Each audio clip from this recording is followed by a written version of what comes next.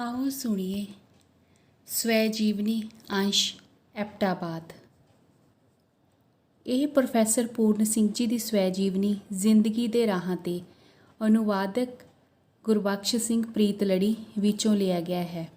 ਇਸ ਸਵੈਜੀਵਨੀ ਅੰਸ਼ ਵਿੱਚ ਲੇਖਕ ਨੇ ਆਪਣੇ ਬਚਪਨ ਨੂੰ ਪੇਸ਼ ਕੀਤਾ ਹੈ ਜੋ ਕਿ ਉਸਨੇ ਗੰਧਾਰਾ ਦੇਸ਼ ਤੇ ਪੋਠੋਹਾਰ ਵਿੱਚ ਗੁਜ਼ਾਰਿਆ। ਇਸ ਵਿੱਚ ਉਸਨੇ ਆਪਣੇ ਜਨਮ ਸਥਾਨ ਤੇ ਉੱਥੋਂ ਦੇ ਵਾਤਾਵਰਨ ਨੂੰ ਖੂਬ ਵਿਸਥਾਰਪੂਰਵਕ ਸਾਨੂੰ ਦੱਸਿਆ ਹੈ। ਚਲੋ ਫਿਰ ਸ਼ੁਰੂ ਕਰਦੇ ਹਾਂ ਆਪਾਂ ਪੜ੍ਹਨਾ ਸਵੈਜੀਵਨੀ ਅੰਸ਼ ਐਪਟਾਬਾਦ। ਮੇਰਾ ਜਨਮ ਸਰਹੱਦੀ ਜ਼ਿਲ੍ਹਾ ਹਜ਼ਾਰਾ ਦੇ ਸਦਰ ਐਪਟਾਬਾਦ ਦੇ ਨੇੜੇ ਸਲਹੱਡ ਪਿੰਡ ਦੇ ਇੱਕ ਕੱਚੇ ਘਰ ਵਿੱਚ ਹੋਇਆ। ਸਲਹੱਡ ਇੱਕ ਪਠਾਣੀ ਪਿੰਡ ਹੈ ਕਿਉਂਕਿ ਮੈਂ ਪਿੰਡ ਦਾ ਹਰਮਨ ਪਿਆਰਾ ਬੱਚਾ ਸਾਂ ਤੇ ਪਠਾਨ ਮੈਨੂੰ ਪਿਆਰ ਕਰਦੇ ਸਨ। ਆਪਣਾ ਬਾਲਪਨ ਮੈਂ ਇਸੇ ਪਿੰਡ ਵਿੱਚ ਬਿਤਾਇਆ ਤੇ ਦਿਨੋਂ ਦਿਨ ਆਜ਼ਾਦੀ ਤੇ ਉੱਚਤਾ ਦੇ ਆਪ ਮੁਹਾਰੇ ਜਜ਼ਬੇ ਵਿੱਚ ਮੈਂ ਵੱਡਾ ਹੁੰਦਾ ਗਿਆ। ਮੇਰੀ ਮਾਂ ਮੈਨੂੰ ਝਾਲਾਂ ਦੇ ਹੇਠਾਂ ਬਿਠਾ ਦਿੰਦੀ ਤੇ ਠੰਡਾ ਪਾਣੀ ਮੇਰੀ ਕੰਡ ਉੱਤੇ ਪੈਂਦਾ ਰਹਿੰਦਾ। ਇੱਕ ਵਾਰੀ ਮੈਂ ਲੋਹੇ ਦੇ ਨਾਲ ਜਿਹੜਾ ਕਿ ਗਿੱਲੀ ਮਿੱਟੀ ਵਿੱਚ ਗੱਡਿਆ ਹੋਇਆ ਸੀ, ਜਿਹਦੇ ਵਿੱਚੋਂ ਹੇਠਾਂ ਪਾਣੀ ਵਗਦਾ ਸੀ, ਖੇਡ ਰਿਹਾ ਸਾਂ ਕਿ ਉਹ ਉਖੜ ਕੇ ਮੇਰੇ ਪੈਰ ਉੱਤੇ ਆ ਡੱਠਾ। ਬੜਾ ਲਹੂ ਵਗਿਆ ਤੇ ਅੱਜ ਤੱਕ ਉਹਦਾ ਦਾਗ ਪਿਆ ਹੈ। ਕੁਝ ਵੀ ਅਸੀਂ ਕਹੀਏ, ਆਪਣੇ ਹਰ ਕੰਮ ਦਾ ਦਾਗ ਜਾਂ ਚੰਗਿਆੜਾ ਸਾਰੀ ਉਮਰ ਸਾਡੇ ਨਾਲ ਰਹਿੰਦਾ ਹੈ। ਮੈਂ ਹੈਰਾਨ ਹਾਂ, ਛੋਟੇ ਛੋਟੇ ਅਮਲਾਂ ਦੀ ਸਾਡੀ ਜ਼ਿੰਦਗੀ ਕਿੱਡੀ ਸਬਰ ਸਮਰੱਥ ਹੈ ਕਿ ਓੜਕ ਅਸੀਂ ਆਪਣੀ ਖਿਡੌਣੀ ਆਜ਼ਾਦੀ ਦੇ ਗੁਲਾਮ ਬਣ ਜਾਂਦੇ ਹਾਂ। ਸਾਡੀ ਭਾਵਨਾ ਦੇ ਅਤ ਲਿਸ਼ਕਦੇ ਚੰਗਿਆੜੇ ਕਾਲੇ ਡੱਬ ਬਣ ਜਾਂਦੇ ਹਨ। ਜਦੋਂ ਮੈਂ 5-6 ਸਾਲ ਦਾ ਬੱਚਾ ਸਾਂ, ਜ਼ਰੂਰ ਹੱਦ ਦਰਜੇ ਦਾ ਖਪਤੀ ਹੋਵਾਂਗਾ। ਮੈਂ ਹੁਣ ਵੀ ਉਸੇ ਤਰ੍ਹਾਂ ਹਾਂ। ਬਾਲ ਮਨੁੱਖ ਬਣ ਜਾਂਦਾ ਹੈ ਤੇ ਅਸੀਂ ਸਮਝਦੇ ਹਾਂ ਮਨੁੱਖ ਵਧੀਆ ਹੋ ਗਿਆ ਹੈ, ਪਰ ਹੁੰਦਾ ਇਹ ਆਪਣਾ ਹੀ ਵਿਸਥਾਰ ਹੈ। ਮੈਨੂੰ ਵੱਡੇ ਹੋਏ ਨੂੰ ਮੇਰੇ ਦੋਸਤ ਨੀਮ ਪਾਗਲ ਆਖਦੇ ਹਨ। ਉਹਨਾਂ ਦੀ ਉਸ ਸਿਫਤ ਨਾਲ ਜਿਹਨੂੰ ਮੈਂ ਆਪਣੇ ਵਿੱਚ ਬਹੁਮੁੱਲੀ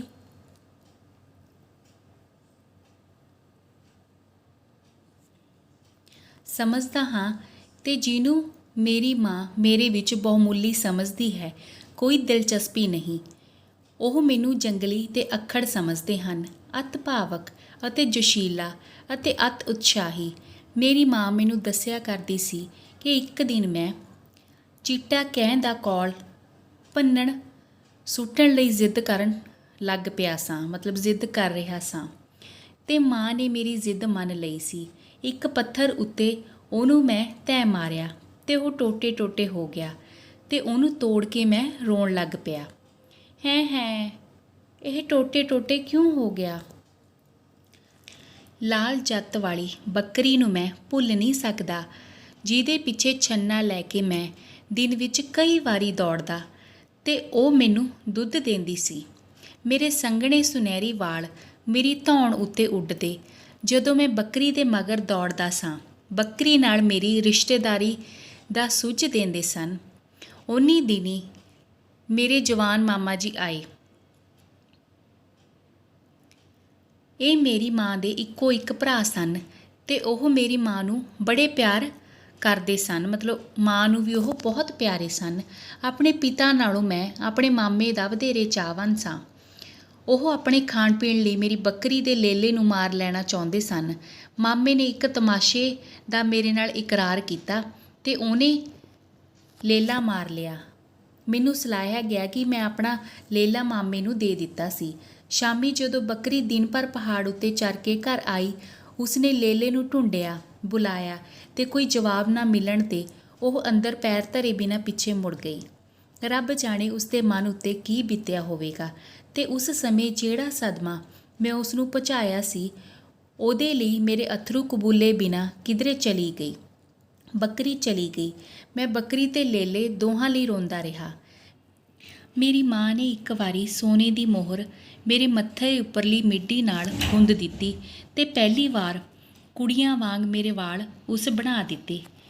ਜਦੋਂ ਸਿੱਖ ਬੱਚਿਆਂ ਦੇ ਵਾਲ ਲੰਮੇ ਹੋ ਜਾਂਦੇ ਤਾਂ ਸਭਨਾਂ ਦੇ ਗੁੰਦ ਦਿੱਤੇ ਜਾਂਦੇ ਸਨ ਤੇ ਇਸ ਤਰ੍ਹਾਂ ਪਿੰਡ ਦੀ ਗਲੀ ਮੈਂ ਤੁਰਿਆ ਗਿਆ। ਮੈਂ ਇੱਕ ਫਕੀਰ ਵੇਖਿਆ, ਝੋਲਾ ਉਹਦੀ ਪਿੱਠ ਪਿੱਛੇ, ਖੱਪਰ ਹੱਥ ਵਿੱਚ ਤੇ ਅਨੇਕਾਂ ਮਣਕਿਆਂ ਦੀ ਮਾਲਾ ਉਹਦੇ ਗਲ ਵਿੱਚ। ਉਹ ਮੇਰੇ ਕੋਲ ਆ ਕੇ ਮੇਰੇ ਨਾਲ ਮਿੱਠੀਆਂ ਮਿੱਠੀਆਂ ਗੱਲਾਂ ਕਰਨ ਲੱਗ ਪਿਆ। ਮੈਂ ਉਹਦਾ ਸੱਜਾ ਹੱਥ ਫੜ ਲਿਆ ਜਿਹੜਾ ਉਸਨੇ ਮੇਰੇ ਵੱਲ ਵਧਾਇਆ ਸੀ। ਜਿਵੇਂ ਮੇਰੇ ਪਿਤਾ ਮੈਨੂੰ ਅਗਾਂਹ ਤੋਰਨ ਲਈ ਹਮੇਸ਼ਾ ਵਧਾਇਆ ਕਰਦੇ ਸਨ, ਉਵੇਂ ਉਹਦਾ ਹੱਥ ਫੜੀ ਮੈਂ ਤੁਰੀ ਗਿਆ। ਜਾਪਦਾ ਮਲਕੜੇ ਕੈਂਚੀ ਕੱਢ ਕੇ ਉਸਨੇ ਉਸ ਸੁਨਹਿਰੀ ਮੋਹਰ ਜੋ ਮੇਰੀ ਮਾਂ ਨੇ ਮੇਰੀ ਮਿੱਡੀ ਨਾਲ ਗੁੰਦੀ ਸੀ ਉਸਨੂੰ ਕੱਟ ਕੇ ਝੋਲੇ ਵਿੱਚ ਪਾ ਲਿਆ ਤੇ ਇੱਕਦਮ ਉਸਨੇ ਮੈਨੂੰ ਛੱਡ ਦਿੱਤਾ।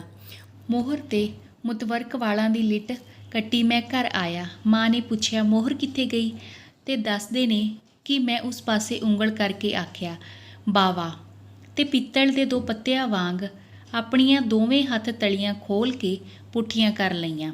ਮੇਰੀ ਮਾਂ ਨੇ ਮੇਰੀਆਂ ਖਾਲੀ ਤਲੀਆਂ ਚੁੰਮ ਲਈਆਂ, ਮੈਨੂੰ ਆਪਣੇ ਕੁੱਛੜ ਚੁੱਕ ਲਿਆ ਤੇ ਰੱਬ ਦਾ ਸ਼ੁਕਰ ਕੀਤਾ ਕਿ ਸੋਨੇ ਦੀ ਚੰਦਰੀ ਮੋਹਰ ਨਾਲ ਮੈਂ ਨਹੀਂ ਸਾਂ ਚੁੱਕਿਆ ਗਿਆ। ਮੇਰੇ ਪਿਤਾ ਦਾ ਵਿਹਾਰ ਉਹਨਾਂ ਨੂੰ ਥਾਂ ਪਰ ਥਾਂ ਲਿਜਾਂਦਾ ਸੀ ਤੇ ਅਗਲੀ ਥਾਂ ਅਸੀਂ ਐਬਟਾਬਾਦ ਗਏ।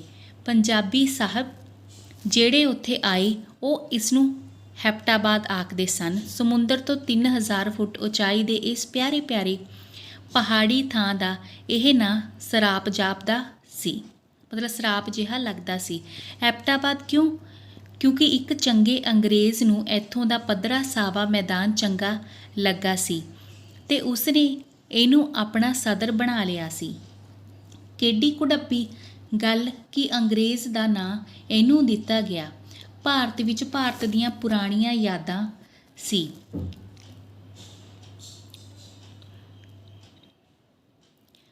ਜੋ ਕਿ ਆਪਣੇ ਨਵੇਂ ਸ਼ਹਿਰਾਂ ਤੇ ਗਲੀਆਂ ਦੇ ਨਾਵਾਂ ਵਿੱਚ ਸੁਰਜੀਤ ਹੋਣੀਆਂ ਚਾਹੀਦੀਆਂ ਹਨ, ਨਹੀਂ ਤਾਂ ਲੋਕਾਂ ਦੀ ਯਾਦ ਨੂੰ ਸਦਾ ਸਫਲ ਰੱਖਣ ਦੇ ਮੌਕੇ ਜਾਂਦੇ ਰਹਿਣਗੇ। ਕਿਉਂਕਿ ਕੋਈ ਸ਼ਖਸ ਭਾਵੇਂ ਉਹ ਕਿੱਡੇ ਹੀ ਚੰਗੇ ਤੇ ਸਾਊ ਹੋਣ, ਦੂਜੇ ਮੁਲਕ ਉੱਤੇ ਆਪਣੀ ਨਿਰਜੀਵ ਯਾਦ ਠੋਸਣ। ਸਾਡੀ ਸ਼ਾਨ ਤੇ ਸਾਡਾ ਵਿਰਸਾ ਗੌਰੀ ਸ਼ੰਕਰ, ਸਾਡੀ ਅੱਤ ਉੱਚੀ ਸਿਖਰ ਨੂੰ ਮਾਊਂਟ ਐਵਰੈਸਟ ਦਾ ਨਾਂ ਦੇਣਾ ਦਿਮਾਗੀ ਤਬਾਹਕਾਰੀ ਦੀ ਮਿਸਾਲ ਹੈ। ਮੈਂ ਹੈਰਾਨ ਹਾਂ ਅੰਗਰੇਜ਼ੀ ਜੀਓਗ੍ਰਾਫੀਆ ਸੁਸਾਇਟੀ ਜ਼ਰਾ ਜਿੰਨੀ ਵੀ ਸੱਚੀ ਸਾਇੰਸੀ ਜ਼ਮੀਰ ਰੱਖਦਿਆਂ ਕਿਵੇਂ ਇਸ ਵਹਿਸ਼ਤ ਨੂੰ ਪ੍ਰਵਾਨ ਕਰ ਲੈਂਦੀ। ਇਹਨਾਂ ਸਾਡੀਆਂ ਛਾਤੀਆਂ ਵਿੱਚੋਂ ਸਾਡੇ ਦੇਵਤਿਆਂ ਨੂੰ ਪੁੱਟ ਕੇ ਉਹਨਾਂ ਦੀ ਥਾਂ ਐਵਰੈਸਟਾਂ ਨੂੰ ਗੱਡ ਦੇਣਾ ਹੈ। ਪਰ ਮੇਰੇ ਲਈ ਹੈਪਟਾਬਾਦ ਇੱਕ ਨਵਾਂ ਪੰਘੂੜਾ ਸੀ ਜਿਹੜਾ ਆਪਣੇ ਦੁਆਲੇ ਵਗਦੀਆਂ ਨਦੀਆਂ ਦੀਆਂ ਚਾਂਦੀ ਲੜੀਆਂ ਉੱਤੇ ਝੂਲ ਰਿਹਾ ਸੀ। ਇਹਦੇ ਮਰਕਵੇਂ ਠੰਡੇ ਪਾਣੀ, ਇਹਦੀਆਂ ਸੜਕਾਂ ਉੱਤੇ ਲੰਮੇ ਸਫੈਦੇ, ਨਿੱਕੀਆਂ ਚੀੜਾਂ ਨਾਲ ਕੱਜੀ ਮੰਦਰ ਵਰਗੀ ਸੋਹਣੀ ਪਹਾੜੀ ਤੇ ਪੌਣਾ ਜਿਹੜੀਆਂ ਚੀੜਾਂ ਦੀ ਭਰਪੂਰ ਸੁਗੰਧੀ ਤੇ ਉਹਨਾਂ ਦੀਆਂ ਸੁੱਕੀਆਂ ਸੂਈਆਂ ਨੂੰ ਪਹਾੜੀ ਦੇ ਹਰ ਪਾਸੇ ਖਲੇਰਦੀਆਂ ਸਨ ਤੇ ਮੈਂ ਉਹਨਾਂ ਤੇ ਠੇਡਾ ਖਾ ਕੇ ਡਿੱਗਣ ਦੀ ਖੁਸ਼ੀ ਨਾਲ ਰਿੜਦਾ। ਸਵੇਰੇ ਦਾ ਇਸ਼ਨਾਨ ਮੈਂ ਆਪਣੇ ਪਿਤਾ ਦੇ ਨਾਲ ਵਗਦੀਆਂ ਨਦੀਆਂ ਦੇ ਕੰਢੇ ਉੱਤੇ ਆਪਣੇ ਹੱਥਾਂ ਨਾਲ ਰੇਤ ਖੁੰਦ ਬਣਾਏ ਕੁੰਡਾਂ ਵਿੱਚ ਕਰਦਾ। ਮੇਰੇ ਪਿਤਾ ਰਾਮ ਰਾਮ ਆਖਦੇ ਤੇ ਮੈਂ ਪਿਤਾ ਆਖਦਾ ਤੇ ਕਿੱਕਰ ਆਪਣੇ ਕੰਵਾਰੇ ਕੇਸ਼ ਪੱਗ ਵਿੱਚ ਬੱਧੀ ਗਿੱਲੇ ਕੱਪੜੇ ਝੁਲਾਰਦਾ ਉਗਦੇ ਸੂਰਜ ਦੀਆਂ ਸੂਹੀਆਂ ਕਿਰਨਾਂ ਝੌਂਪਦਾ। ਮੈਂ ਘਰ ਮੁੜਦਾ ਸਾਂ ਤੇ ਮੈਨੂੰ ਜਾਪਦਾ ਜਿਉਂ ਸੂਰਜ ਸਾਡੇ ਵਾਂਗ ਅਸਮਾਨ ਦੀਆਂ ਨਿਲੱਤਣ ਵਿੱਚ ਨਹਾ ਰਿਹਾ ਸੀ। ਤੇ ਛੋਟਾ ਪੱਥਰ ਕੰਧਾ ਸਕੂਲ ਜਿਹਦੇ ਬੂਹੇ ਤੇ ਬਾਰੀਆਂ, ਮਤਲਬ ਬੂਹਿਆਂ ਬਾਰੀਆਂ ਉੱਤੇ ਫੁੱਲਾਂ ਲੱਦੀਆਂ ਗੁਲਾਬੀ ਵੇਲਾਂ ਚਾੜੀਆਂ ਹੋਈਆਂ ਸਨ। ਮੈਨੂੰ ਯਾਦ ਹੈ ਸਕੂਲ ਪਾਸੇ ਨਾਲ ਪੈਲੀ ਕੁ ਦੀ ਵਾਟ ਉੱਤੇ ਕਮੇਟੀ ਦੇ ਬਾਗ ਸਨ ਜਿਨ੍ਹਾਂ ਵਿੱਚੋਂ ਪੁਦੀਨੇ ਤੇ ਵਰਬੀਨੇ ਦੀਆਂ ਲਪਟਾਂ ਸਾਡੇ ਜਮਾਤੀ ਕਮਰਿਆਂ ਵਿੱਚ ਆਉਂਦੀਆਂ ਸਨ। ਮੈਂ ਹਾਂ ਐਡਾ ਭਾਵਕ। ਮੈਂ ਆਪਣੀਆਂ ਨਾਸਾਂ ਹੁਣ ਵੀ ਖੋਲ੍ਹਦਾ ਸਾਂ ਤਾਂ ਉਸੇ ਵੇਲੇ ਦੀਆਂ ਖੁਸ਼ਬੋਈਆਂ ਉਸੇ ਤਰ੍ਹਾਂ ਲਪਟਾਂ ਮਾਰਨ ਲੱਗ ਪੈਂਦੀਆਂ ਹਨ। ਹਰਿਆਲੇ ਘਾਹ ਕਿਤੇ ਮੈਨੂੰ ਸਾਵੀ ਮਖਮਲ ਦੇ ਫਰਸ਼ ਜਾਪਦੇ ਸਨ। ਮੇਰਾ ਜਾਂਗਲੀ ਪੁਣਾ ਡੱਠੇ ਬੈਂਚਾਂ ਉੱਤੇ ਟਿਕਦਾ ਨਹੀਂ ਸੀ। ਮੈਂ ਘਾਹ ਉੱਤੇ ਵਿਲੱਦਣ ਲੱਗ ਪੈਂਦਾ ਸਾਂ ਤੇ ਆਪਣੇ ਕੱਪੜਿਆਂ ਨੂੰ ਘਾਹ ਦੇ ਰੰਗ ਤੇ ਉਹਦੀ ਖੁੱਲ੍ਹ ਨਾਲ ਲਬੇੜ ਕੇ ਖੁਸ਼ ਹੁੰਦਾ ਸਾਂ। ਪੀਲੀਆਂ ਮੰਗਲੋਪੁਰੀ ਨਾਲ ਝੁਕੀਆਂ ਡਾਲਾਂ ਨੂੰ ਯਾਦ ਕਰਕੇ ਹੁਣ ਵੀ ਮੇਰੇ ਮੂੰਹ ਵਿੱਚ ਪਾਣੀ ਭਰ ਆਉਂਦਾ ਹੈ। ਮੇਰਾ ਖਿਆਲ ਹੈ ਕਿ ਇਹਨਾਂ ਤੋਂ ਹੀ ਫਲਾਂ ਲਈ ਮੇਰੇ ਅੰਦਰ ਤਰੰਗੀ ਲੋਚਨਾ ਪੈਦਾ ਹੋਈ ਹੈ। ਰੁੱਤ ਦਾ ਆਲੂ ਬੁਖਾਰਾ, ਅੰਗੂਰ ਤੇ ਰਸੀਲੀਆਂ ਨਾਖਾਂ ਹੀ ਨਹੀਂ, ਪਹਾੜ ਦੀਆਂ ਪੱਥਰ ਨਾਖਾਂ ਵੀ ਮੇਰੇ ਭਰਮਾਵੇ ਸਨ। ਮਾਲੀ ਮਿਹਰਬਾਨ ਸੀ। ਉਹਦਾ ਇਕਲੌਤਾ ਪੁੱਤਰ ਪ੍ਰੇਮਾ ਮੇਰਾ ਜਮਾਤੀ ਸੀ ਤੇ ਸਾਨੂੰ ਖੁੱਲ੍ਹ ਸੀ ਕਿ ਜੋ ਚੰਗਾ ਲੱਗੇ ਅਸੀਂ ਤੋੜ ਲਈਏ। ਕਮੇਟੀ ਬਾਗ ਵਿੱਚ ਇੱਕ ਛੋਟਾ ਜਿਹਾ ਡਿੱਗੀ ਤਲਾਅ ਸੀ ਤੇ ਉਹਦੇ ਵਿੱਚ ਨਿੱਕੀ ਜਿੰਨੀ ਚਿੱਟੀ ਬੇੜੀ ਤਰਦੀ ਹੁੰਦੀ ਸੀ ਤੇ ਤਲਾਅ ਦੁਆਲੇ ਬੇਦ ਮਜਨੂਆਂ ਦਾ ਝੁੰਡ ਸੀ। ਜਾਪਦਾ ਸੀ ਜਿਉਂ ਇਹ ਪਰੀਆਂ ਦੀ ਲੜੀਕੀ ਲਾਹਰ ਸੀ। ਕਈ ਵਾਰ ਕਿਸੇ ਬੇਦ ਮਜਨੂ ਹੇਠ ਮੈਂ ਖਲੋਤਾ ਜਾਂਦਾ ਤੇ ਪਰੀਆਂ ਨੂੰ ਆਉਂਦਿਆਂ ਵੇਖ ਲੋਕ ਉਹਨਾਂ ਕੋਲੋਂ ਡਰਦੇ ਤੇ ਪ੍ਰੇਮੇ ਦਾ ਪਿਤਾ ਤਾਂ ਉਹਨਾਂ ਨੂੰ ਵੇਖ ਕੇ ਕੰਬਣ ਹੀ ਲੱਗ ਪੈਂਦਾ ਸੀ, ਭਾਵੇਂ ਉਹ ਆਪਣੇ ਅਧੀਨ ਮਾਲੀਆਂ ਲਈ ਇੱਕ ਆਫਤ ਹੁੰਦਾ ਸੀ। ਉਹ ਮੈਨੂੰ ਹਮੇਸ਼ਾ ਕਹਿੰਦਾ ਸੀ ਕਿ ਮੈਂ ਡਿੱਗੀ ਦੇ ਨੇੜੇ ਨਾ ਜਾਇਆ ਕਰਾਂ। ਉਹ ਸਿਰਫ ਇੰਨਾ ਕਹਿੰਦਾ ਸੀ, ਬੜਾ ਸਾਹਿਬ ਵੱਡਾ ਲਾਟ ਉੱਥੇ ਆਉਂਦਾ ਹੈ। ਇੱਕ ਦਿਨ ਮੈਂ ਬੜੇ ਸਾਹਿਬ ਤੇ ਉਸਦੀ ਮੇਮ ਨੂੰ ਡਿੱਗੀ ਵੱਲ ਜਾਂਦਿਆਂ ਵੇਖਿਆ ਤੇ ਮੈਂ ਵੀ ਉਹਨਾਂ ਦੇ ਮਗਰ ਹੋ ਗਿਆ। ਪ੍ਰੇਮਾ ਉਹਨਾਂ ਦੀ ਹਾਜ਼ਰੀ ਵਿੱਚ ਸੀ ਤੇ ਉਸਨੇ ਮੈਨੂੰ ਵਰਜਣ ਦੇ ਬੜੇ ਹੀ ਯਤਨ ਕੀਤੇ, ਪਰ ਮੈਂ ਤੁਰਿਆ ਗਿਆ। ਮੇਮ ਸਾਹਿਬ ਨੇ ਭੌਂ ਕੇ ਤੱਕਿਆ ਤੇ ਮੁਸਕਰਾਈ ਤੇ ਮੈਨੂੰ ਇਸ਼ਾਰਾ ਕੀਤਾ। ਮੈਂ ਦੌੜ ਕੇ ਆ ਗਿਆ। ਉਸ ਦਿਨ ਮੈਨੂੰ ਉਹਦੇ ਨਾਲ ਬੇੜੀ ਵਿੱਚ ਬਿਠਾਇਆ ਗਿਆ। ਉਹ ਅੱਜ ਮੈਂ ਪਾਣੀ 'ਤੇ ਤਰਿਆ। ਆਪਣੀ ਮਾਂ ਨੂੰ ਆਖਿਆ ਤੇ ਮੇਰੇ ਪਿਤਾ ਨੂੰ ਮਾਣ ਸੀ ਕਿ ਜ਼ਿਲ੍ਹੇ ਦੇ ਜੋ ਮਾਲਕ ਦੀ ਸੰਗਤ ਮੈਨੂੰ ਮਿਲੀ ਸੀ। ਮੈਨੂੰ ਵੀ ਜਾਪਿਆ ਕਿ ਉਹਨਾਂ ਮਨੁੱਖਾਂ 'ਚੋਂ ਅਤ ਮਿਹਰਬਾਨ ਸਨ। ਮਾਲੀ ਮੈਨੂੰ ਫਲ ਤੇ ਫੁੱਲ ਦਿੰਦਾ ਸੀ, ਬੜਾ ਹੀ ਚੰਗਾ ਸੀ ਤੇ ਜਿਹੜਾ ਕੋਈ ਮੇਰੇ ਉੱਤੇ ਮਿਹਰਬਾਨੀ ਕਰਦਾ ਸੀ ਮੈਂ ਸਮਝਦਾ ਸਾਂ ਜ਼ਰੂਰ ਚੰਗਾ ਹੋਵੇਗਾ। ਮੈਂ ਹੁਣ ਵੀ ਇਹੋ ਖਿਆਲ ਕਰਦਾ ਹਾਂ। ਜਦੋਂ ਬਾਲ ਜਮਾਤਾਂ ਵਿੱਚ ਸਾਂ ਮੈਨੂੰ ਇੱਕ ਤਕੜੇ ਹੱਟੇ ਕੱਟੇ ਬੇਲੀ ਰਾਮ ਯਾਦ ਆਉਂਦੀ ਹੈ, ਬੇਲੀ ਰਾਮ ਦੀ ਯਾਦ ਆਉਂਦੀ ਹੈ, ਜਿਹੜਾ ਉੱਪਰਲੀਆਂ ਜਮਾਤਾਂ ਨੂੰ ਪੜ੍ਹਾਉਂਦਾ ਸੀ। ਉਹ ਗੱਲਾਂ ਕਰਦਾ ਸੀ ਤੇ ਅਸਾਂ ਨਿਆਣਿਆਂ ਲਈ ਹਊਆ ਜਾਪਿਆ ਕਰਦਾ ਸੀ। ਮੈਂ ਹੁਣ ਖਿਆਲ ਕਰਦਾ ਹਾਂ ਕਿ ਮੰਦ ਸਰੀਰੇ ਤੇ ਕੋਝੇ ਕਜਾਏ ਆਦਮੀ ਨੂੰ ਛੋਟੇ ਬੱਚਿਆਂ ਦੀ ਸਿਖਲਾਈ ਉੱਤੇ ਕਦੀ ਵੀ ਨਹੀਂ ਲਾਉਣਾ ਚਾਹੀਦਾ।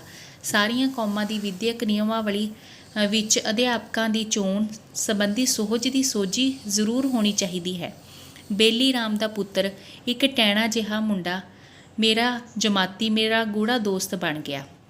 ਇਹ ਟੈਣਾ ਮੈਨੂੰ ਦੱਸਿਆ ਕਰਦਾ ਸੀ, ਮੇਰੀ ਮਾਂ ਸਾਲ ਹੋਇਆ ਮਰ ਗਈ ਨੂੰ। ਮੇਰੇ ਪਿਤਾ ਨੇ ਦੂਜਾ ਵਿਆਹ ਕਰ ਲਿਆ। ਮੈਂ ਨਵੀਂ ਜਨਾਨੀ ਛੋਕਰੀ ਜਿਹੀ ਨੂੰ ਮਾਂ ਵਾਂਗ ਪਿਆਰ ਨਹੀਂ ਕਰ ਸਕਦਾ, ਪਰ ਮੇਰਾ ਪਿਓ ਮੈਨੂੰ ਮਾਰਦਾ ਜੇ ਮੈਂ ਨਹੀਂ ਕਰਦਾ। ਉਹ ਮੈਨੂੰ ਨਫ਼ਰਤ ਕਰਦੀ ਤੇ ਮੈਨੂੰ ਭੁੱਖਿਆਂ ਰੱਖਦੀ ਏ। ਕੀ ਤੂੰ ਮੈਨੂੰ ਕੁਝ ਪੈਸੇ ਦੇ ਸਕਦਾ? ਮੈਂ ਆਪਣੀ ਮਾਂ ਕੋਲੋਂ ਕੁਝ ਪੈਸੇ ਆਪਣੇ ਲਈ ਮੰਗ ਲਿਆਉਂਦਾ ਤੇ ਉਹਨੂੰ ਦੇ ਦਿੰਦਾ। ਨਿੱਕਾ ਮੁੰਡਾ ਰੋ ਪੈਂਦਾ, ਜਿਉਂ ਉਹਨੂੰ ਡਾਢੀ ਤਸੱਲੀ ਹੋਈ ਹੁੰਦੀ। ਕਈ ਵਾਰ ਉਹ ਆਪਣੀ ਮਤਰੇਈ ਮਾਂ ਦੇ ਜ਼ੁਲਮਾਂ ਦੀ ਕਹਾਣੀ ਸੁਣਾਉਂਦਾ। ਮੈਂ ਹੁਣ ਵੀ ਮਹਿਸੂਸ ਕਰਦਾ ਹਾਂ ਕਿ ਉਹ ਮਾਪੇ ਕਿੱਡੇ ਬੇਰਹਿਮ ਹੁੰਦੇ ਹੋਣਗੇ, ਜਿਹੜੇ ਛੋਟੇ ਬੱਚਿਆਂ ਤੋਂ ਅਣਗਹਿਲ ਆਪਣੀਆਂ ਵਾਸ਼ਨਾਵਾਂ ਪਿੱਛੇ ਭਟਕਦੇ ਰਹਿੰਦੇ ਹਨ। ਮੇਰੇ ਪਿਤਾ ਨੂੰ ਕਈ ਥਾਵਾਂ ਬਦਲਣੀਆਂ ਪੈਂਦੀਆਂ ਸਨ। ਮੈਨੂੰ ਭਾਸਦਾ ਜਿਉਂ ਗੰਧਾਰਾ ਦੇਸ਼ ਵਿੱਚ ਮੇਰਾ ਘਰ ਸਭਨੀ ਥਾਈਂ ਸੀ। ਮੈਨੂੰ ਅਨੁਭਵ ਹੁੰਦਾ ਜਿਉਂ ਮੈਂ ਇੱਕ ਉੜਦਾ ਪੰਛੀ ਸਾਂ, ਜਿਹਦੇ ਖੰਭ ਪਹਾੜਾਂ ਤੇ ਵਾਦੀਆਂ ਉੱਤੇ ਜਿਹੜੀ ਦੂਰ ਉਹਨੂੰ ਲਿਜਾ ਸਕਣ, ਉਹਨੂੰ ਉੱਡਣ ਦਾ ਸ਼ਾਹੀ ਹੱਕ ਪ੍ਰਾਪਤ ਸੀ। ਮੈਂ ਅੱਜ ਵੀ ਮਹਿਸੂਸ ਕਰਦਾ ਹਾਂ, ਮੇਰੇ ਵਾਲਾਂ ਵਿੱਚ ਚਾਂਦੀ ਫਿੱਤਿਆਂ ਵਰਗੀਆਂ ਕੱਸੀਆਂ ਵਗਦੀਆਂ ਹਨ। ਮੈਨੂੰ ਮਹਿਸੂਸ ਹੁੰਦਾ ਹੈ ਮੇਰੇ ਵਾਲ ਮੈਨੂੰ ਕੁਦਰਤ ਨਾਲ ਇੱਕ ਮਿੱਕ ਕਰਦੇ ਹਨ। ਕੋਨ ਮੋਨ ਲੋਕ ਕੁਦਰਤ ਲਈ ਜ਼ਰੂਰ ਓਪਰੇ ਹੁੰਦੇ ਹੋਣਗੇ। ਗੰਧਾਰਾ ਦੇ ਉਹ ਪਿੰਡ ਅਜੇ ਵੀ ਮੇਰੀ ਯਾਦ ਦੇ ਆਕਾਸ਼ ਵਿੱਚ ਮਧੂ ਮੱਖੀਆਂ ਵਾਂਗ ਗੁੰਜਾਰਦੇ ਝੂਮਦੇ ਹਨ। ਪੋਠੋਹਾਰ ਮੇਰੇ ਮਾਤਾ ਪਿਤਾ ਦੋਹਾਂ ਦੀ ਮਾਤ ਭੂਮੀ ਨੇ ਮੇਰਾ ਮਨ ਮੋਹ ਲਿਆ। ਉਨੀ ਦਿਨੀ ਉੱਥੇ ਸਾਡੇ ਇੱਕੋ ਜਿਹੇ ਸਾਕ ਸਨ, ਜਿਨ੍ਹਾਂ ਦਾ ਜਿਵੇਂ ਮੈਨੂੰ ਉਦੋਂ ਜਾਪਦਾ ਸੀ ਮੁੱਖ ਕੰਮ ਸਾਡਾ ਸਵਾਗਤ ਕਰਨਾ, ਮੈਨੂੰ ਪਿਆਰ ਕਰਨਾ ਤੇ ਸਾਡੇ ਨਾਲ ਖਾਣਾ ਪੀਣਾ ਹੁੰਦਾ ਸੀ। ਇਹ ਨਿਗੂਣੀਆਂ ਗੱਲਾਂ, ਬੂਹਿਆਂ ਉੱਤੇ ਖਲੋ ਉਡੀਕਣਾ, ਸਾਨੂੰ ਜਿਉਂ ਆਇਆ ਆ ਕੇ ਹੱਥ ਜੋੜ ਕੇ ਵਿਦਾ ਕਰਨਾ, ਨਿੱਕੀਆਂ ਮਨੁੱਖ ਛੋਹਾਂ ਗਲ ਲੱਗਣੀਆਂ ਤੇ ਹੱਥ ਘੁੱਟਣੀਆਂ, ਹੰਝੂ ਮੁਸਕਾਨਾਂ ਦੁੱਖਾਂ ਸੁੱਖਾਂ ਵਿੱਚ ਸ਼ਾਮਿਲ ਹੋਣ ਜ਼ਿੰਦਗੀ ਨੂੰ ਇੱਕ ਦਿਲ ਰੋਚਕ ਬਣਾ ਦਿੰਦੀਆਂ ਹਨ। ਅੱਜ ਤੱਕ ਵੀ ਮਾਰਗਲਾ ਦर्रा ਪਾਵਨ ਨਾਲ ਸੋਮਾ ਪੰਜਾ ਸਾਹਿਬ ਬਲੀ ਕੰਧਾਰੀ ਦਾ ਵਰਾਨ ਸੁੱਕੀ ਪਹਾੜੀ ਤੇ ਮਾਰਗਲੇ ਦਾ ਉਹ ਭਾਗ ਜਿਹਦੇ ਵਿੱਚ ਕਲਕੱਤਿਓਂ ਪਿਸ਼ੌਰ ਜਾਂਦੀ ਜਰਨੈਲੀ ਸੜਕ ਲੰਘਦੀ ਭਾਰਤ ਨੂੰ ਪੱਛਮੀ ਏਸ਼ੀਆ ਨਾਲ ਮਿਲਾਉਂਦੀ ਹੈ, ਮੇਰੇ ਅੰਦਰ ਕੋਈ ਪ੍ਰੇਰਕ ਝੁਣਝੁਣੀ ਛੇੜਦੇ ਹਨ। ਇਹਨਾਂ ਦੀ ਝਾਤ ਵੀ ਮੈਨੂੰ ਜਵਾਨੀ ਦਾ ਅਹਿਸਾਸ ਦਿੰਦੀ ਹੈ। ਹਰ ਵਾਰੀ ਇਹਨਾਂ ਦਾ ਜਾਦੂ ਅਸਰ ਮੇਰੇ ਅੰਦਰ ਧੜਕਾ ਦਿੰਦੀ ਹੈ। ਇਹ ਟੈਕਸਲਾ ਦੀ ਮਹਾਨ ਯੂਨੀਵਰਸਿਟੀ ਸੀ, ਜਿੱਥੇ ਸਾਰਾ ਪੂਰਬ ਤੇ ਪੱਛਮ ਮਹਾਨ ਸੱਚੀ ਮੁੱਚੀ ਮਹਾਨ ਬੋਧੀ ਮਨੁੱਖਤਾ ਦੀ ਰੂਹਾਨੀਅਤ ਸਿੱਖਣ ਆਉਂਦੇ ਸਨ। ਕਈ ਵਾਰੀ ਇੱਥੋਂ ਲੰਘਦਿਆਂ ਮੈਂ ਖਿਆਲ ਕਰਦਾ ਹਾਂ ਕਿ ਸ਼ਾਇਦ ਮੈਂ ਕੋਈ ਰਮਤੀ ਰੂਹ ਹਾਂ, ਉਸ ਤਖਤ ਬਾਈ ਵੱਲੋਂ ਆਈ ਜਿੱਥੇ ਕਦੇ ਇੱਕ ਹਜ਼ਾਰ ਯੂਨਾਨੀ ਕੰਧਾਰਾਂ ਚਟਾਨਾਂ ਦੇ ਨੀਲੇ ਪੱਥਰ ਵਿੱਚ ਨਮੋ ਬੁੱਧ ਦੀ ਧੁਨੀ ਉਚਾਰਦੇ ਬੁੱਧ ਦਾ ਪਵਿੱਤਰ ਚਿਹਰਾ ਘੜਦੇ ਸਨ। ਤੇ ਇੱਥੇ ਇਸ ਥਾਂ ਮੈਂ ਅਜੇ ਵੀ ਸੋਚਦਾ ਹਾਂ ਕਿ ਪੂਰਬ ਨਹੀਂ ਰਹਿੰਦਾ, ਪੱਛਮ ਨਹੀਂ ਰਹਿੰਦਾ, ਤੇ ਦੋਵੇਂ ਇੱਕ ਨਿਰਵੈਰ ਮਨੁੱਖਤਾ ਵਿੱਚ ਇੱਕਮਿਕ ਹੋ ਜਾਂਦੇ ਹਨ। ਇੱਕ ਅਸਲੀ ਸੱਭਿਆ ਮਨੁੱਖਤਾ ਵਿੱਚ, ਮਨੁੱਖ ਦੀ ਮੁਹੱਬਤ ਦੀ ਸਦੀਵੀ ਸਾਂਝ ਵਿੱਚ। ਉਹ ਸੁਪਨਾ ਇੱਥੇ ਦੱਬਿਆ ਪਿਆ ਹੈ ਤੇ ਮਨੁੱਖਾਂ ਦੀ ਇਹ ਅਵਸਥਾ ਭਵਿੱਖ ਵਿੱਚ ਪਈ ਜਾਗਦੀ ਹੈ। ਮੇਰਾ ਹੁਣ ਵੀ ਇਹੋ ਅਨੁਭਵ ਹੈ ਕਿ ਇਹੀ ਥਾਂ ਹੈ ਜਿੱਥੇ ਗੁਰੂ ਨਾਨਕ ਦੇਵ ਜੀ ਦੇ ਬੁੱਧ ਦੀ ਮਹਾਨ ਮਨੁੱਖਤਾ ਨਾਲ ਰਲ ਮਿਲੇਗੀ ਤੇ ਇੱਥੇ ਸਵਰਗ ਜੁੜੇਗਾ। ਕੌਮਾਂਤਰੀ ਯੂਨੀਵਰਸਿਟੀਆਂ ਇਸ ਨੂੰ ਆਤਮ ਸੱਭਿਆਚਾਰ ਨਾਲ ਵਸਾ ਦੇਣਗੀਆਂ ਤੇ ਇੱਕ ਵਾਰੀ ਫੇਰ ਜਿਸ ਆਤਮਾ ਦੀ ਮਨੁੱਖਤਾ ਦਾ ਸੁਪਨਾ ਗੁਰੂ ਨਾਨਕ ਦੇਵ ਨੇ ਲਿਆ ਸੀ, ਉਹਦੀਆਂ ਨਵੀਆਂ ਯਾਤਰਾ ਥਾਵਾਂ ਦਾ ਕੇਂਦਰ ਇੱਥੇ ਬਣੇਗਾ। ਅਮਰੀਕਾ ਦੇ ਕਰੋੜਪਤੀ ਜਾਗਣਗੇ, ਜਰਮਨ ਵਿਦਵਤਾ ਤੇ ਸਾਇੰਸ ਆਉਣਗੇ, ਜਾਪਾਨੀ ਕਲਾ ਪਾਵਨ ਯਾਤਰਾ ਉੱਪਰ ਆਵੇਗੀ ਤੇ ਇਸ ਮਨੁੱਖਤਾ ਵਿੱਚ ਰੂਹ ਫੂਕਣ ਵਾਲੇ ਕੇਂਦਰ ਸਥਾਪਨ ਹੋਣਗੇ। ਇਹ ਵਿਸ਼ਵਵਾਦ ਦਾ ਨਵੀਨ ਸੱਭਿਆਚਾਰ ਹੋਵੇਗਾ ਜਿਸ ਦਾ ਸੁਪਨਾ ਪੰਜਾਬ ਦੇ ਗੁਰੂਆਂ ਨੇ ਲਿਆ, ਗੁਰੂ ਗੋਬਿੰਦ ਸਿੰਘ ਨੇ ਲਿਆ, ਜਿਸ ਨੇ ਸੁਤੰਤਰ ਸੁਭਾਵਿਕ ਮਨੁੱਖਤਾ, ਸੰਯੁਕਤ ਤੇ ਪੂਰਨ ਮਨੁੱਖਤਾ ਦੀਆਂ ਬੁਨਿਆਦਾਂ ਪਹਿਲਾਂ ਧਰੀਆਂ। ਧਰਤੀ ਦੀਆਂ ਸਾਰੀਆਂ ਕੌਮਾਂ ਦਾ ਪਿੱਛਾ ਭੁੱਲ ਜਾਏਗਾ। ਇਹ ਉਹਨਾਂ ਦੇ ਲਹੂ ਵਿੱਚ ਭਾਵੇਂ ਰਹਿ ਜਾਏ ਪਰ ਉਹਨਾਂ ਦੇ ਦਿਮਾਗ ਵਿੱਚ ਨਹੀਂ ਰਹੇਗਾ। ਉਮਰਾਂ ਦੀ ਮੈਲ ਮਿੱਟੀ ਜਿਹੜੀ ਪੁਰਾਣੇ ਵਤਨ ਦੀ ਪਿਆਰੀ ਮਿੱਟੀ ਵਾਂਗ ਕੌਮਾਂ ਨੂੰ ਚਿੰਬੜੀ ਰਹਿੰਦੀ ਹੈ, ਮਨੁੱਖੀ ਪਿਆਰ ਦੇ ਹੜ੍ਹ ਵਿੱਚ ਧੋਤੀ ਜਾਏਗੀ। ਕੌਮਾਂ ਦੇ ਦੇਵਤੇ ਨਿਸ਼ਫਲ ਰਹੇ ਹਨ, ਇੱਥੇ ਕੌਮਾਂ ਦੇ ਮਨੁੱਖ ਸੰਗਤ ਵਿੱਚ ਜੁੜਨਗੇ। ਮਨੁੱਖ ਦਾ ਪੁੱਤਰ ਵਿਸ਼ਵ ਧਰਮ ਹੋਵੇਗਾ ਤੇ ਮਨੁੱਖ ਨਾਲ ਪਿਆਰ ਨਿਸ਼ਚਾ ਹੋਵੇਗਾ। ਮਨੁੱਖੀ ਮਨ ਸਦਾ ਲਈ ਸੁਤੰਤਰ ਹੋਵੇਗਾ। ਬੁੱਧੀ ਤੇ ਇੱਛਾ ਉਜਲਾਏ ਸਹਿਜ ਗਿਆਨ ਦੇ ਝਲਕਾਰਿਆਂ ਦੇ ਸੇਵਕ ਹੋਣਗੇ ਤੇ ਸਿਰਫ ਪਰਮ ਪੁਰਖ ਦੀਆਂ ਏਜੰਸੀਆਂ ਦੇ ਨਾਏ ਵਾਂਗ ਕੰਮ ਕਰਨਗੇ। ਇੱਕ ਵਾਰੀ ਸਿੰਧ ਮਹਾਂਅਟਕ ਦਰਿਆ ਦੇ ਕੰਢੇ ਉੱਤੇ ਮੇਰੀ ਮਾਂ ਨੇ ਮੈਨੂੰ ਦੱਸਿਆ ਕਿ ਸਿੰਧ ਸੱਚੀ ਮੁੱਚੀ ਇੱਕ ਜਿਊੜਾ ਹੈ, ਰੂਹ ਹੈ। ਉਸਨੇ ਦੱਸਿਆ ਕਿ ਜਦੋਂ ਮੈਂ ਕੁੜੀ ਮਾਂ ਹੁੰਦੀ ਸੀ ਉਦੋਂ ਮੇਰੇ ਹੱਥੋਂ ਤੂੰ ਸਿੰਧ ਦੇ ਤਿੱਖੇ ਰੋੜ ਵਿੱਚ ਡਿੱਗ ਪਿਆ ਸੈਂ ਤਾਂ ਦੇਵੀ ਨੇ ਮੈਨੂੰ ਤੂੰ ਮੋੜ ਦਿੱਤਾ ਸੈਂ। ਮੈਂ ਵੱਡੇ ਸਾਰੇ ਬਲੌਰੀ ਪੱਥਰ ਉੱਤੇ ਬੈਠੀ ਹੋਈ ਸਾਂ ਤੇ ਬੁੱਕਾਂ ਨਾਲ ਪਿੰਡੇ ਉੱਤੇ ਦਰਿਆ ਦੀਆਂ ਲਹਿਰਾਂ ਪਾ ਕੇ ਮੈਂ ਨਹਾ ਲਿਆ ਤੇ ਤੈਨੂੰ ਪਾਵਨ ਚੁੱਭੀ ਲਾਉਣ ਦਾ ਖਿਆਲ ਕੀਤਾ। ਤੇਰੀਆਂ ਨਿੱਕੀਆਂ ਨਿੱਕੀਆਂ ਬਾਹਾਂ ਫੜ ਕੇ ਆਪੀ ਉੜ ਕੇ ਮੈਂ ਤੈਨੂੰ ਤਿੱਖੀ ਰੌਂ ਵਿੱਚ ਨੀਵਾਂ ਕੀਤਾ। ਤੂੰ ਮੇਰੇ ਹੱਥੋਂ ਫੁੜਕ ਗਿਓ। ਮੈਂ ਜਾਤਾ ਮੈਂ ਤੈਨੂੰ ਗੁਆ ਬੈਠੀ। ਉਦੋਂ ਮੈਨੂੰ ਆਪਣੇ ਨੁਕਸਾਨ ਦਾ ਪੂਰਾ ਅਨੁਭਵ ਨਹੀਂ ਸੀ। ਉਦੋਂ ਅਜੇ ਕੰਵਾਰੀ ਸੂਝ ਐਡੀ ਹਲਕੀ ਤੇ ਟਹਿਕਵੀਂ ਜਿਹੀ ਸੀ, ਪਰ ਅਜੇ ਮੈਂ ਖਿਆਲ ਵਿੱਚ ਡੁੱਬੀ ਹੀ ਸਾਂ ਕਿ ਇੱਕ ਚੜ੍ਹਦੀ ਛੱਲ ਨੇ ਤੈਨੂੰ ਚੁੱਕ ਕੇ ਮੇਰੀਆਂ ਕੰਬਦੀਆਂ ਬਾਹਾਂ ਵਿੱਚ ਧਰ ਦਿੱਤਾ, ਜਿਹੜੀਆਂ ਅਜੇ ਤੱਕ ਮੈਂ ਰੌਂ ਦੇ ਰਹਿਮ ਲਈ ਉਸੇ ਤਰ੍ਹਾਂ ਅੱਡੀਆਂ ਹੋਈਆਂ ਸਨ। ਸਿੰਧ ਦੇਵੀ ਹੈ, ਉਸ ਆਖਿਆ, ਤੇ ਮੈਂ ਖਿਆਲ ਕਰਦਾ ਹਾਂ ਉਹ ਬਿਲਕੁਲ ਠੀਕ ਸੀ। ਜਦੋਂ ਦਰਿਆ ਚੜ੍ਹਿਆ ਹੋਇਆ ਸੀ ਤੇ ਮਹਾਰਾਜਾ ਰਣਜੀਤ ਸਿੰਘ ਨੇ ਉਹਦੇ ਪਾਰ ਹੋਣਾ ਸੀ, ਉਹਦੀ ਫੌਜ ਦੇ ਕਿਸੇ ਸਿਪਾਹੀ ਨੂੰ ਪਾਣੀਆਂ ਵਿੱਚ ਘੋੜਾ ਵਾੜ ਦੇਣ ਦਾ ਹੀਆ ਨਾ ਪਿਆ। ਮਹਾਰਾਜੇ ਨੇ ਘੋੜਾ ਠੇਲ ਦਿੱਤਾ ਤੇ ਆਖਿਆ, ਅਟਕ ਅਰਥਾਤ ਰੁਕਾਵਟ ਉਹਨਾਂ ਨੂੰ ਹੀ ਅਟਕਾਉਂਦਾ ਹੈ ਜਿਨ੍ਹਾਂ ਦੇ ਆਪਣੇ ਦਿਲ ਵਿੱਚ ਅਟਕਾਂ ਹੁੰਦੀਆਂ ਹਨ। ਜਿੰਨਾ ਚਿਰ ਮਹਾਰਾਜੇ ਦਾ ਘੋੜਾ ਵਿੱਚ ਰਿਹਾ ਸਾਰੀ ਫੌਜ ਸਹੀ ਸਲਾਮਤ ਪਾਰ हो गई। सो बच्चों, ये सी अपनी जो आप बीती, बहुत सुंदर पूर्ण सिंह जी द्वारा लिखी हुई, ठीक है ना। तो गुरबख्श सिंह जी ने संपादना की है इसकी, बहुत सुंदर है बच्चों। तो हुण आपां इस दे नाल संबंधित जो प्रश्न उत्तर ने वो तुहाडे नाल साझे करांगे। तो सब तो पहला आपां प्रश्न उत्तर करते हैं वस्तुनिष्ठ, ठीक है ना। छोटे प्रश्न कहा जाता, फिर उस तो बाद आपां वड्डे प्रश्न ने जिहड़े तुहाडे नाल वो साझे करांगे। तो तुहानूं इसका सार भी आउणा जरूरी है। तो एक बार वैसे तो आप पूरी की पूरी जी आप बीती का जो अंश है वो कर चुके हैं, स्वै जीवनी का अंश। तो पर फिर भी मैं तुहानूं सार संखेप रूप के दस दिंदी हाँ। एप्टावा स्वै जीवनी अंश जो प्रोफैसर पूर्ण सिंह जी की स्वै जीवनी जिंदगी के राह ते अनुवादक गुरबख्श सिंह प्रीतलड़ी विचों लिया गया है। इस स्वै जीवनी अंश विच लेखक ने अपने बचपन को पेश किया है, जो कि उसने गंधारा देश के पोठोहार विच गुजारिया।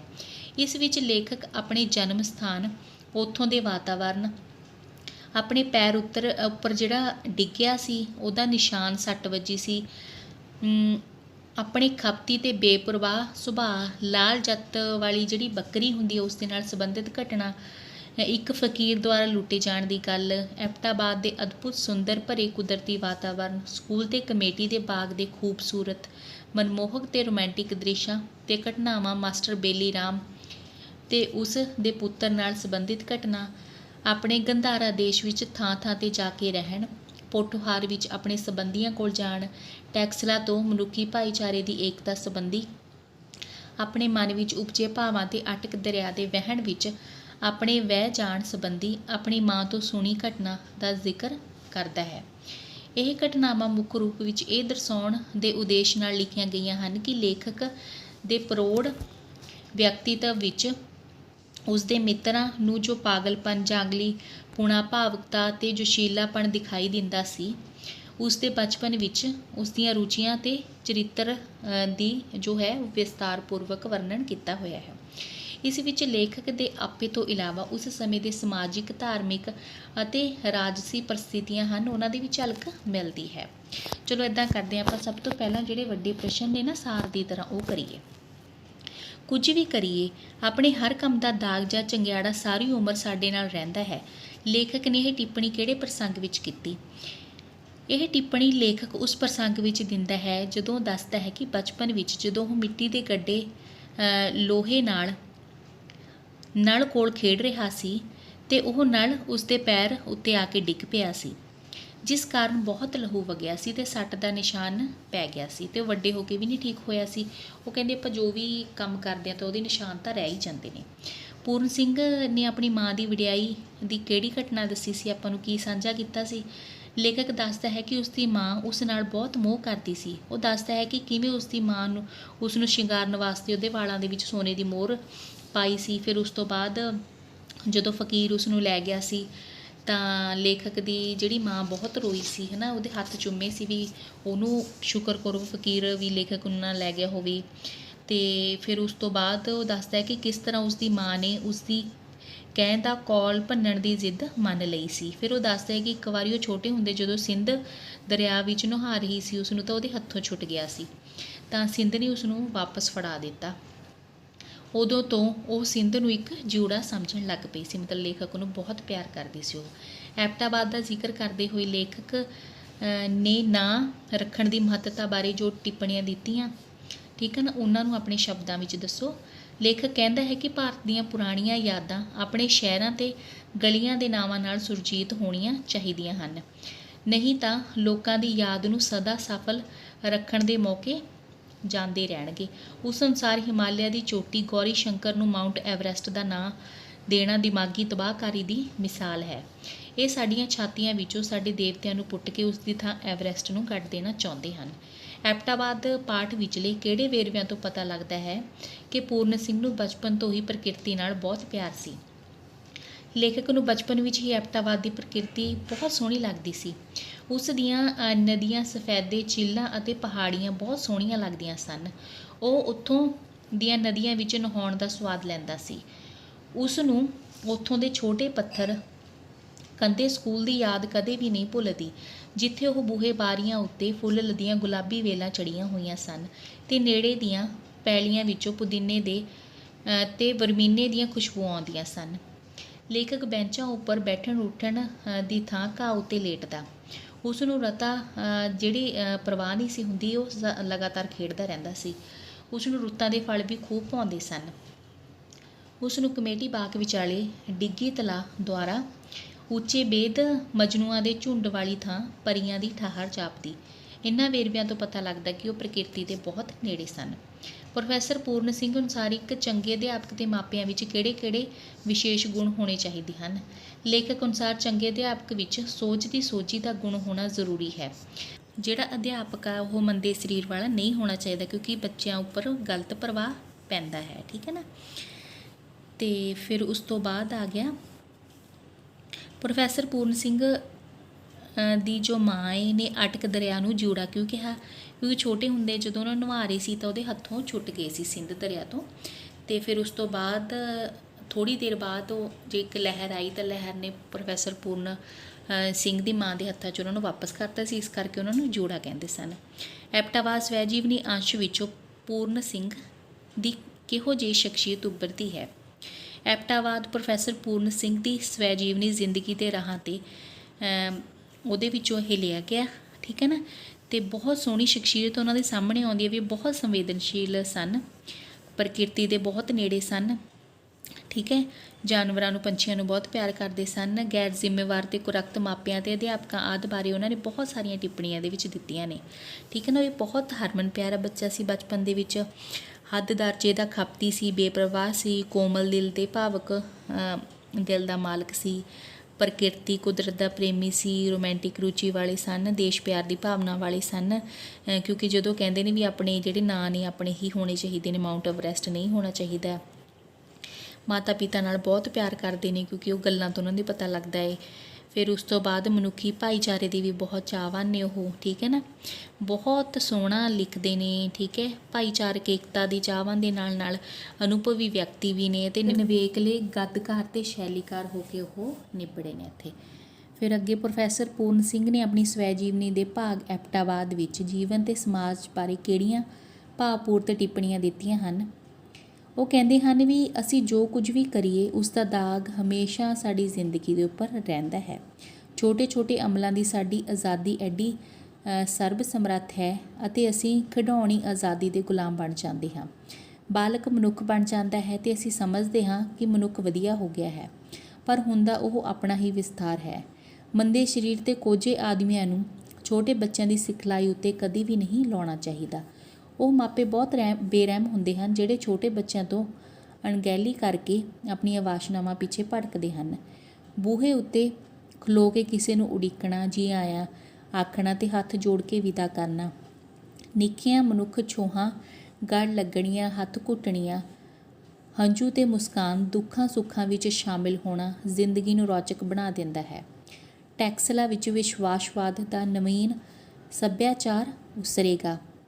ਅੰਗਰੇਜ਼ੀ ਰਾਜ ਸਮੇਂ ਭਾਰਤੀ ਸਥਾਨਾਂ ਅਤੇ ਸਥਾਨਾਂ ਦੇ ਜਿਹੜੇ ਨਾਂ ਨੇ ਉਹਨਾਂ ਦੇ ਅੰਗਰੇਜ਼ਾਂ ਦੇ ਨਾਂ ਨਹੀਂ ਹੋਣੇ ਚਾਹੀਦੇ। ਠੀਕ ਹੈ ਨਾ।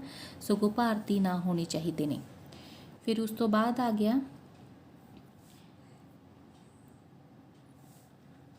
ਕਿ ਇੱਕ ਸਵੈ ਜੀਵਨੀ ਦੇ ਤੌਰ 'ਤੇ ਪ੍ਰੋਫੈਸਰ ਪੂਰਨ ਸਿੰਘ ਦੀ ਲਿਖਤ ਦੀਆਂ ਕਿਹੜੀਆਂ-ਕਿਹੜੀਆਂ ਖੂਬੀਆਂ ਉਘੜਦੀਆਂ ਹਨ। ਐਪਟਾਵਾਦ ਦੇ ਸਵੈ ਜੀਵਨੀ ਦੇ ਤੌਰ 'ਤੇ ਦੱਸੋ। ਠੀਕ ਹੈ ਨਾ। ਇੱਕ ਸਵੈ ਜੀਵਨੀਕਾਰ ਦੇ ਤੌਰ 'ਤੇ ਜੋ ਉਹਨਾਂ ਦੀ ਐਪਟਾਵਾਦ ਸਵੈ ਜੀਵਨੀ ਅੰਸ਼ ਹੈ ਉਹ ਬਹੁਤ ਪ੍ਰਭਾਵਸ਼ਾਲੀ ਵਿਅਕਤੀ ਦੇ ਤੌਰ 'ਤੇ ਉਹ ਸਾਡੇ ਸਾਹਮਣੇ ਆਉਂਦੇ ਨੇ। ਹੈ ਨਾ। ਉਹ ਬਚਪਨ ਦੀਆਂ ਸਾਰੀਆਂ ਗੱਲਾਂ ਦੱਸਦੇ ਨੇ, ਉਹਨਾਂ ਦੇ ਪਹਿਰਾਵਾ ਦੱਸਦੇ ਨੇ, ਸਰੀਰਕ ਡੀਲ ਡੋਲ ਦੱਸਦੇ ਨੇ, ਖੇਡਾਂ ਦੱਸਦੇ ਨੇ, ਪੜ੍ਹਾਈ ਦੱਸਦੇ ਨੇ, ਖਾਣ ਪੀਣ ਬਾਰੇ ਜਾਣਕਾਰੀ ਦਿੰਦੇ ਨੇ। ਉਸ ਤੋਂ ਬਾਅਦ ਕੇਵਲ ਰੁਚੀਆਂ ਸਦਾ ਵਾਸਤੇ ਜਿਹੜੇ ਉਹਨਾਂ ਦਾ ਸੁਭਾਅ ਬਣਿਆ ਹੋਇਆ, ਬੇਪਰਵਾਹੀ ਹੈ, ਭਾਵੁਕਤਾ, ਪ੍ਰਕਿਰਤੀ, ਪ੍ਰੇਮ ਹੈ, ਰੋਮੈਂਟਿਕ ਭਾਵਨਾਵਾਂ ਨੇ, ਦੇਸ਼ ਪਿਆਰ, ਮਨੁੱਖੀ ਹਮਦਰਦੀ ਆਦਿ ਬਾਰੇ ਉਹ ਦੱਸਦੇ ਨੇ। ਇਸ ਰਚਨਾ ਵਿੱਚ ਸਵੈ ਜੀਵਨੀ ਹੈ ਜਿਹੜੀ ਉਹ ਇਹ ਗੁਣ ਮੌਜੂਦ ਹੈ ਕਿ ਪ੍ਰੋਫੈਸਰ ਪੂਰਨ ਸਿੰਘ ਇਸ ਵਿੱਚ ਆਪਣੇ ਜੀਵਨ ਦੀਆਂ ਘਟਨਾਵਾਂ ਦਾ ਅਨਾਤਨ ਦ੍ਰਿਸ਼ਟੀ ਨਾਲ ਉਹਨਾਂ ਨੂੰ ਪੇਸ਼ ਕਰਦੇ ਨੇ। ਉਹ ਆਪਣੇ ਆਪ ਨੂੰ ਖਪਤੀ ਜਾਂ ਬੇਪਰਵਾਹ ਦੱਸਦੇ ਹੋਏ ਬਿਲਕੁਲ ਝਿਜਕ ਨਹੀਂ ਕਰਦੇ। ਮਤਲਬ ਉਹਨਾਂ ਨੇ ਕੁਝ ਵੀ ਨਹੀਂ ਲੁਕਾਇਆ ਸਗਾ, ਖੋਲ ਕੇ ਸਾਰਾ ਕੁਝ ਆਪਾਂ ਨੂੰ ਦੱਸਿਆ ਹੈ। ਠੀਕ ਹੈ ਨਾ। ਅੱਛਾ ਸਵੈ ਜੀਵਨੀਕਾਰ ਉਹੀ ਹੁੰਦਾ ਬੱਚਿਓ ਜਿਹੜੀਆਂ ਸੱਚਾਈਆਂ ਆਪਾਂ ਨੂੰ ਦੱਸਦੇ ਨੇ। ਇਸ ਸਵੈ ਜੀਵਨੀ ਅੰਸ਼ ਦੀ ਜਿਹੜੀ ਬਣਤਰ ਹੈ ਉਹ ਕਾਫੀ ਚੰਗੀ ਹੈ। ਲੇਖਕ ਆਪਣੇ ਜਨਮ ਤੋਂ ਅਗਲੀਆਂ ਘਟਨਾਵਾਂ ਨੂੰ ਬੜੇ ਹੀ ਲੜੀਬੱਧ ਰੂਪ ਦੇ ਵਿੱਚ ਪੇਸ਼ ਕਰਦਾ ਹੈ। ਉਸ ਨੇ ਇਸ ਦੀ ਬਣਤਰ ਵਿੱਚ ਉਗੜ ਦੁਗੜਾਪਣ ਨਹੀਂ ਆਉਣ ਦਿੱਤਾ। ਇਸ ਦਾ ਵਰਣਨ ਉੱਤਮ ਪਰਖ ਵਿੱਚ ਹੈ। ਠੀਕ ਹੈ ਨਾ। ਅਤੇ ਬਹੁਤ ਸੋਹਣੀ ਸਾਹਿਤਕ ਜਿਹੜੀ ਬੋਲੀ ਉਹਨਾਂ ਨੇ ਲਿਖੀ ਹੈ, ਇਲਾਕੇ ਦੀ ਵੀ ਬੋਲੀ ਲਿਖੀ ਹੈ, ਬਹੁਤ ਸੋਹਣਾ ਲਿਖਿਆ। ਠੀਕ ਹੈ ਨਾ। ਬਹੁਤ ਖੂਬੀਆਂ ਨਾਲ ਭਰਪੂਰ ਹੈ। ਅਤੇ ਹੁਣ ਆਪਾਂ ਬੱਚਿਓ ਵਸਤੂਨਿਸ਼ਟ ਪ੍ਰਸ਼ਨ ਕਰਦੇ ਹਾਂ। ਅਤੇ ਇਹਨਾਂ ਪ੍ਰਸ਼ਨਾਂ ਤੋਂ ਇਲਾਵਾ ਨਾ ਆਪਾਂ ਹੋਰ ਵੀ ਤੁਹਾਨੂੰ ਪ੍ਰਸ਼ਨ ਸਾਂਝੇ ਕਰਾਂਗੇ ਤਾਂ ਜੋ ਤੁਹਾਡੇ ਪੇਪਰਾਂ ਦੇ ਵਿੱਚ ਵੀ ਉਂਝ ਵੀ ਤੁਹਾਡੇ ਕੰਮ ਆਉਣ। ਠੀਕ ਹੈ ਨਾ। ਐਪਟਾਬਾਦ ਜਿਹੜੀ ਸਵੈ ਜੀਵਨੀ ਹੈ ਉਹਨਾਂ ਦੀ ਰਚਨਾ ਕਿਹਨੇ ਕੀਤੀ ਹੈ? ਪ੍ਰੋਫੈਸਰ ਪੂਰਨ ਸਿੰਘ ਜੀ ਨੇ। ਠੀਕ ਹੈ ਨਾ। ਅਤੇ ਉਸ ਤੋਂ ਬਾਅਦ ਪ੍ਰੋਫੈਸਰ ਪੂਰਨ ਸਿੰਘ ਜੀ ਦੀ ਸਵੈ ਜੀਵਨੀ ਦਾ ਨਾਂ ਕੀ ਹੈ? ਜ਼ਿੰਦਗੀ ਦੇ ਰਾਹਾਂ 'ਤੇ। ਉਹਦਾ ਅੰਸ਼ ਲਿਆ ਗਿਆ ਇਹ। ਠੀਕ ਹੈ। ਜੋ ਐਪਟਾਬਾਦ ਪੂਰੀ ਸਵੈ ਜੀਵਨੀ ਨਹੀਂ ਹੈ, ਇਹ ਸਵੈ ਜੀਵਨੀ ਦਾ ਇੱਕ ਅੰਸ਼ ਹੈ। ਠੀਕ ਹੈ। ਟੁਕੜਾ। ਇੱਕ ਸਵੈ ਜੀਵਨੀ ਕੀ ਹੁੰਦੀ ਹੈ? ਜਿਹੜਾ ਬੰਦਾ ਆਪਣੀ ਜ਼ਿੰਦਗੀ ਦੇ ਬਾਰੇ ਲਿਖਦਾ ਹੈ ਨਾ। ਅਤੇ ਪ੍ਰੋਫੈਸਰ ਪੂਰਨ ਸਿੰਘ ਦਾ ਜਨਮ ਕਿਹੋ ਜਿਹੇ ਘਰ ਵਿੱਚ ਹੋਇਆ? ਕੱਚੇ। ਪੂਰਨ ਸਿੰਘ ਦੇ ਪੈਰ ਉੱਤੇ ਕੀ ਡਿੱਗਿਆ ਸੀ? ਨਲ। ਪ੍ਰੋਫੈਸਰ ਪੂਰਨ ਸਿੰਘ ਅਨੁਸਾਰ ਉਹ ਬਚਪਨ ਵਿੱਚ ਕਿਹੋ ਜਿਹਾ ਸੀ? ਖਪਤੀ। ਬਾਲ ਪੂਰਨ ਸਿੰਘ ਕੀ ਭੰਨਣ ਦੀ ਕੋਸ਼ਿਸ਼ ਵਿੱਚ ਲੱਗ ਗਿਆ? ਕਹਿੰਦਾ ਕੌਲ। ਠੀਕ ਹੈ। ਪ੍ਰੋਫੈਸਰ ਪੂਰਨ ਸਿੰਘ ਕਿਹੜੀ ਬੱਕਰੀ ਨੂੰ ਨਹੀਂ ਸੀ ਭੁੱਲ ਸਕਿਆ? ਲਾਲ ਜੱਤ ਵਾਲੀ ਨੂੰ। ਮਾਮੇ ਨੇ ਖਾਣ ਲਈ ਕਿਸ ਨੂੰ ਮਾਰਿਆ ਸੀ? ਲੇਲੇ ਨੂੰ। ਠੀਕ ਹੈ ਨਾ। ਵਾਲਾਂ ਵਿੱਚ ਕੀ ਗੁੰਦਿਆ ਸੀ ਲੇਖਕ ਦੇ? ਸੋਨੇ ਦੀ ਮੋਹਰ। ਮੋਹਰ ਕੌਣ ਲੈ ਗਿਆ ਸੀ? ਫਕੀਰ। ਅਤੇ ਪੰਜਾਬੀ ਸਿਪਾਹੀ ਜੋ ਐਪਟਾਬਾਦ ਨੂੰ ਕੀ ਕਹਿੰਦੇ ਸਨ? ਹੈਪਟਾਬਾਦ। ਮਾਊਂਟ ਐਵਰੈਸਟ ਦਾ ਜੋ ਨਾਂ ਹੈ ਕਿਸ ਨੂੰ ਦਿੱਤਾ ਗਿਆ ਸੀ? ਗੌਰੀ ਸ਼ੰਕਰ ਦੀ ਚੋਟੀ ਨੂੰ। ਕਿਸ ਨੇ ਗੌਰੀ ਸ਼ੰਕਰ ਚੋਟੀ ਦਾ ਨਾਂ ਬਦਲਿਆ ਸੀ? ਅੰਗਰੇਜ਼ਾਂ ਨੇ। ਪੂਰਨ ਸਿੰਘ ਕਿਸ ਥਾਂ ਨੂੰ ਆਪਣੇ ਲਈ ਨਵਾਂ ਪੰਘੂੜਾ ਆਖਦਾ ਹੈ? ਐਪਟਾਬਾਦ ਨੂੰ। ਮਾਲੀ ਦੇ ਪੁੱਤਰ ਦਾ ਨਾਂ? ਪ੍ਰੇਮਾ। ਪੂਰਨ ਸਿੰਘ ਨੂੰ ਕਿਹੜੇ ਮਾਸਟਰ ਦੀ ਯਾਦ ਆਉਂਦੀ ਹੈ? ਬੇਲੀ ਰਾਮ ਦੀ। ਬੇਲੀ ਰਾਮ ਸਰੀਰਕ ਤੌਰ 'ਤੇ ਕਿਹੋ ਜਿਹਾ ਸੀ? ਹੱਟਾ ਕੱਟਾ। ਪੂਰਨ ਸਿੰਘ ਨੂੰ ਹਊਆ ਕੌਣ ਜਾਪਦਾ ਸੀ? ਮਾਸਟਰ ਬੇਲੀ ਰਾਮ। ਬੇਲੀ ਰਾਮ ਦਾ ਪੁੱਤਰ ਕਿਹੋ ਜਿਹਾ ਸੀ? ਟੈਣਾ ਜਿਹਾ। ਪੂਰਨ ਸਿੰਘ ਦਾ ਕੌਣ ਗੂੜਾ ਦੋਸਤ ਬਣ ਗਿਆ? ਬੇਲੀ ਰਾਮ ਦਾ ਮੁੰਡਾ।